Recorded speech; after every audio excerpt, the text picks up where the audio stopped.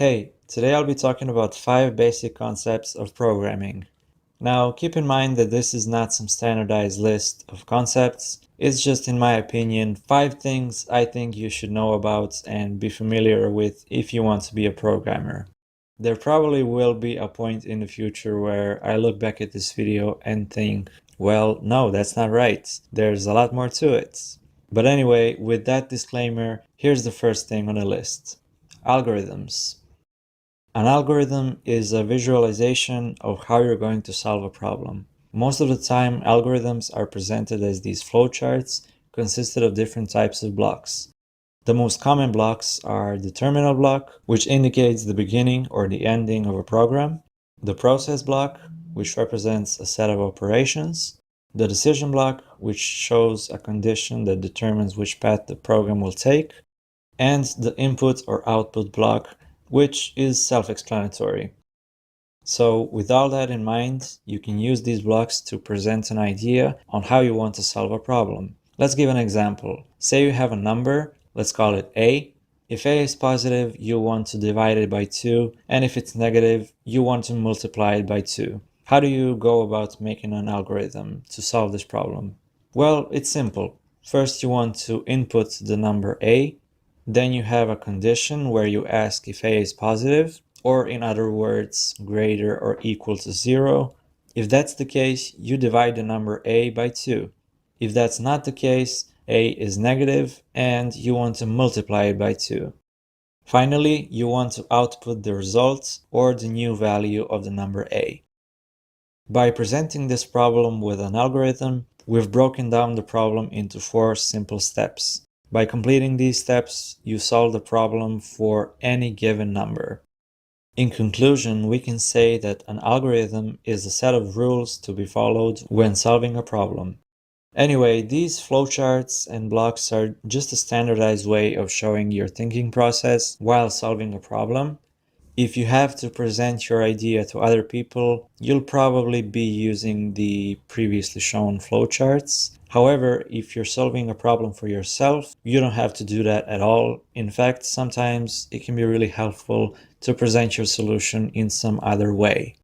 You can basically do whatever you want, as long as it makes sense to you. You can open up Paint and draw a picture of what you're planning to do. You can write it down and explain how you're going to implement it, or you can use pseudocode. Pseudocode is the middle ground between algorithms and just writing your idea down. It's an informal description of an algorithm, and because of that, it can be translated to any given programming language, which is not the case with some algorithms. The concept number 2 is syntax and coding environments.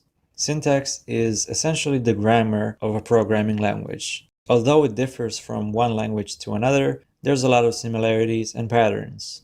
For example, something simple like printing out "Hello World" looks different in all these languages, but you can see that it's almost the same in Python and Perl. Once you learn and fully understand the language, it's going to be fairly easy to switch to a different one and learn the new syntax, since there's a lot of similarities. And after all, syntax is just a set of rules for a certain language. The principles are all the same. Syntax is something you're gonna have to learn if you want to be a programmer. When you're learning a new language, a lot of the times you're gonna have to look things up. And that's totally fine. I'm not a programmer myself, but I can tell you for sure that many experienced programmers look things up all the time. Another thing that can help you a lot when learning a new language is the autocomplete in almost any code editor. And speaking of code editors, something that I've always wondered about programming when I was younger is, how do you actually write a program? Where exactly do you type the instructions and the lines? Well, there's a program that takes your code and builds it into a new program. This is called an IDE, which stands for Integrated Development Environment. An IDE normally consists of a source code editor, builder, and a debugger, and it provides basically everything you need for software development. As you can see, the most popular ones are Visual Studio, Eclipse, Android Studio, and Vim. according to this study from 2 years ago. Another thing about syntax and writing code in general is how you write it. It's okay to have different styles of writing code. Some people like to open their brackets in the same line, others like to open it in the new line. But there are some universal things you should get used to when writing code if you want your code to be clean and easy to read. And you want that for a number of reasons. Let's say you go back to an old project and want to read your code. If it's not easy to read, you won't have an idea what's going on even though you wrote the code yourself. Or let's say you're working on a project with someone else and they need to use your portion of the code. If they have to go through and analyze everything you wrote to find what they need, that will take forever. That's why you should follow these rules and make sure your code is easy to read. So generally, you want to name your variables something that makes sense and is logical. And if you don't, next to the declaration, you can leave a comment saying what that variable represents. Writing comments is good in general, as long as you don't overdo it. Another thing is leaving space between certain parts of your code. If you don't do this and your code is all glued together, it's 10 times harder to read it and have a visual representation of what is what. In the end, if you follow all these rules and you have a nice IDE that will color keywords and stuff like that, you're gonna have yourself some pretty sexy looking code, if you ask me. Concept number 3, functions. So we all know how functions work. You have a function name and the function parameters. If you want to call a function, you type its name and the parameters in parentheses. For example, Fibonacci of 7. As a result, the function will return a value of 13. In this case, the return type is integer, the function name is Fibonacci, and the only parameter is 7. The only thing we don't see is the function's body. Well, most of the time, you don't care about the function's body, you just care about the results. What I'm trying to say is this. Functions help you look at the big picture and solve the main problem. Once you write a function and it works for any given parameter, you don't have to worry about that chunk of code ever again. You just call the function and give it the parameter you want. This makes for much shorter code that's easier to read, which, as I said, helps you focus on the big picture. It also avoids duplicating code. Let's say, for example, that you have to solve this problem. You have numbers A, B, and C, and you have to multiply elements A and B of Fibonacci sequence and divide them by the element C of the Fibonacci sequence. Here's how I solve this problem in C++ with and without using functions. This is with using functions. First off, I input the numbers A, B, and C. Then I say D equals the Fibonacci of A multiplied by Fibonacci of B divided by Fibonacci of C. Of course, Fibonacci is a function that I defined up here. And as I know that the function works, I don't really care about its body, which makes for really clear code in the main function. I also use the function showResults at the end to print the values of the variables A, B, C, and D on the screen. And this is without using functions. As you can see, the code is a lot longer and there is no clear indication of what's going on, as opposed to before where you could easily see that I'm multiplying two Fibonacci numbers and dividing them by the third Fibonacci number. So to sum up, functions are a vital part of programming, and here are the main reasons why. They encapsulate tasks, which I talked about earlier, where you only care about the result of the function and not its body. They let you reuse code, which makes your code shorter and easier to read. They enable easier shareability and allow you to break a program into more manageable pieces. Typically, when we discuss functions, we're talking about user-created functions. But other, perhaps more important and more frequently used ones are built-in functions. All programming languages have functions that you can use without having to write them yourself. Functions like scanf, printf, strcpu, sqrt, log, and so on. They're all contained in certain libraries of functions and variables, such as stdio.h, string.h, math.h, and so on. Not having these basic functions built in would be absurd. Also, today, a very small percentage of things are written from scratch. There's a function for almost anything. Number 4, objects. An object is a particular instance of a class where the object can be a combination of variables, functions, and data structures. For example, let's say we have a class of tables, and a table has certain properties such as height, length, number of legs, material, and so on. Then we have an object of that class, for example table 1, that has a height of 1 meter, length of 70 centimeters, 3 legs, and it's made out of wood. Next, we have another object of the same class, table 2, with a height of 1.5 meters, length of 2 meters, 4 legs, and it's made out of metal and glass. Finally, we have table 3 with a height of 74 centimeters, length of 80 centimeters, 1 leg, and aluminium as the material. You can see that all these objects are instances of the class table, and they all have properties of that class, but the values of those properties are different for each object. Another thing is that all of these tables have different functions. For example, you can use table 2 to serve dinner, or table 3 to put in the garden and set your flowers on it. So if I had defined a class of tables, I can write something like this and make a new object, in this case T1. But this is in case of a user-defined class. Just like with functions before, there's a lot of built-in classes in all programming languages. For example, integers, characters, strings, and so on. Number of files and table name are variables, or objects of the classes integer and string.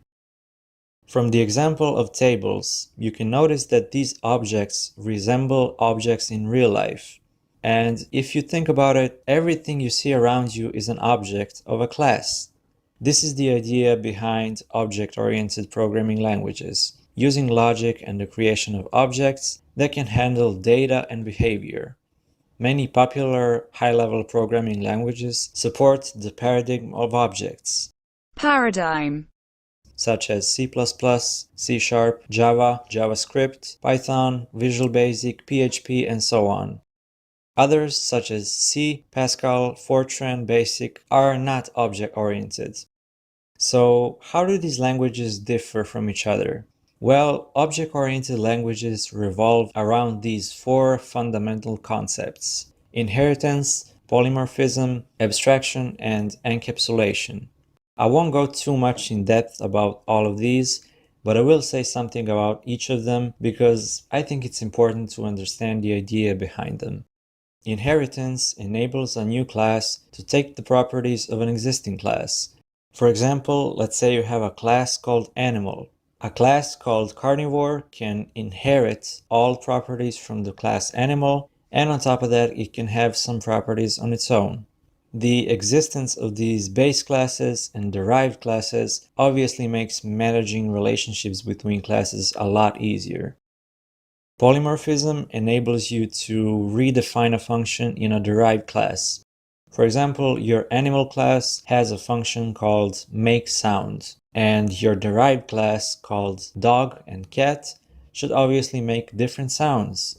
So this is where being able to redefine the same function differently for each derived class comes in. Abstraction is the concept of using functions without worrying about how they work, which is something I talked about earlier. Hiding unnecessary parts of your code and separating it into functions in order to focus on the main problem. Finally, encapsulation is the concept of having private and public properties and functions of an object. This enables you to limit access to certain parts of an object, as opposed to public properties. Private properties are only accessible to the class itself and not to anything outside of it. This is in a sense similar to abstraction because it also helps you look at the big picture. Another thing I wanted to mention when it comes to objects in programming are pointers and references. Most programming languages support them, and they're both used to have one variable provide access to another one. A pointer is a variable that holds the memory address of another variable. Here's an example of declaring a pointer to an integer in C++. As you can see, the pointer is declared with an asterisk symbol, and a reference variable is another name for an already existing variable. You can recognize it by the ampersand symbol. Here's an example for it as well. I'm giving examples in C++ because that's the language I'm currently learning and am familiar with. The fifth and final concept, debugging. This could have been a part of another concept I already talked about, for example, the coding environments and IDEs, but I wanted to separate it because I believe that it's important no matter what language you're using and no matter how long you've been programming. Good debugging and understanding of the problem equals good programming. Anyway, let's start off by saying what debugging is. Debugging is the process of finding and resolving defects or problems within a program that prevent it from working correctly. In my opinion, it's really important to understand how to properly debug because no matter how experienced you are, you're going to have bugs and you're going to learn how to fix them. What I've seen many people struggle with when it comes to programming is getting stuck on a bug, trying to find what's causing it by aimlessly changing parts of their code and eventually giving up on it. What you need to remind yourself in this situation is that your program is just executing the code you wrote line by line.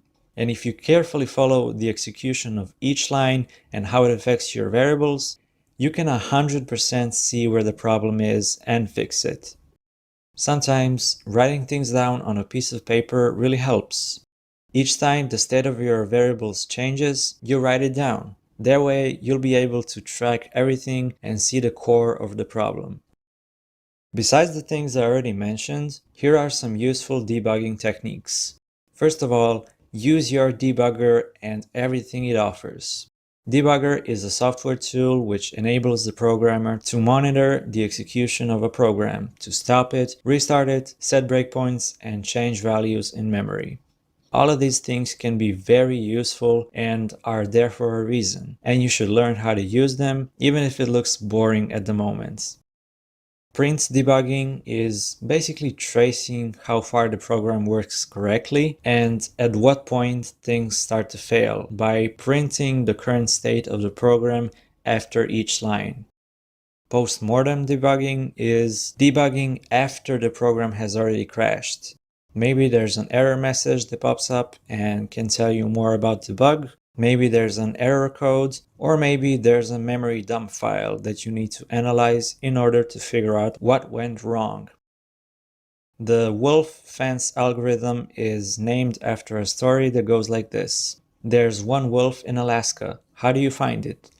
First, build a fence down the middle of the state, wait for the wolf to howl, determine which side of the fence it is on, repeat the process on that side only until you get to the point where you can see the wolf.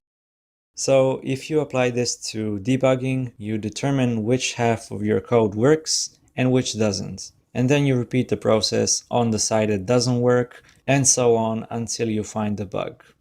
Pretty self-explanatory, and in case you can't exactly test your program in half, then split it into as many parts as you need to. This is a good practice in general, not just when it comes to debugging. Something else you should pay attention to when debugging is nonlinear code execution. This is where the whole process of tracking down the bug gets a bit more complicated. If your program has structures like while and for loops, you should check if the structure executes exactly the amount of times you expect it to. And if, God forbid, you have instructions like go to, you should be careful not to get stuck in an infinite loop. One of the reasons for the declining of the use of go to statements was that they were harder to understand. Structured programming proposes that these statements are not necessary to write a program because some combination of the three programming structures of sequence, selection, and iteration are sufficient for any computation in a program. Anyway, that's it for this video. Those are the 5 concepts I think you should be familiar with if you plan on being a programmer. I'd like to point out that I'm not a programmer myself, but I hope to become one, and this is just me sharing what I learned in the process. Since I spent a lot of time making this video, I would really appreciate it if you would leave your thoughts in the comments. Let me know if you learned something new, because that's the whole point. And finally, don't forget to like and subscribe for more videos like this. Thanks for watching, and I'll see you next time. Peace.